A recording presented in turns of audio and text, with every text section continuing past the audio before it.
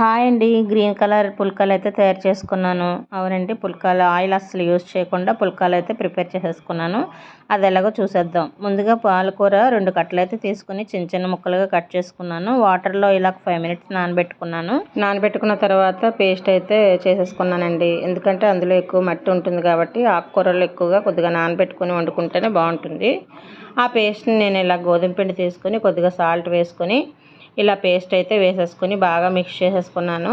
కొద్దిగా మెత్తగానే ఉండాలండి. ఒక 10 మినిట్స్ వరకు దీన్ని పక్కన పెట్టేస్తే మనకి సాఫ్ట్గా తినడానికి చాలా టేస్టీగా ఉంటాయి పుల్కాలు. ఇదిగోండి, ఈ విధంగా నాకు కావాల్సిన 2 పుల్కాల కోసం ఇలా తయారు చేసేసుకొని ఉండలుగా చేసుకొని సాఫ్ట్గా ఒత్తేసుకుంటున్నాను అనమాట, చపాతీలాగా. ఇలా చపాతీలన్నీ కూడా చక్కగా చేసేసుకున్న తర్వాత మనకి పిండి మెత్తగా ఉంది కాబట్టి ఇంత చక్కగా వచ్చిందండి.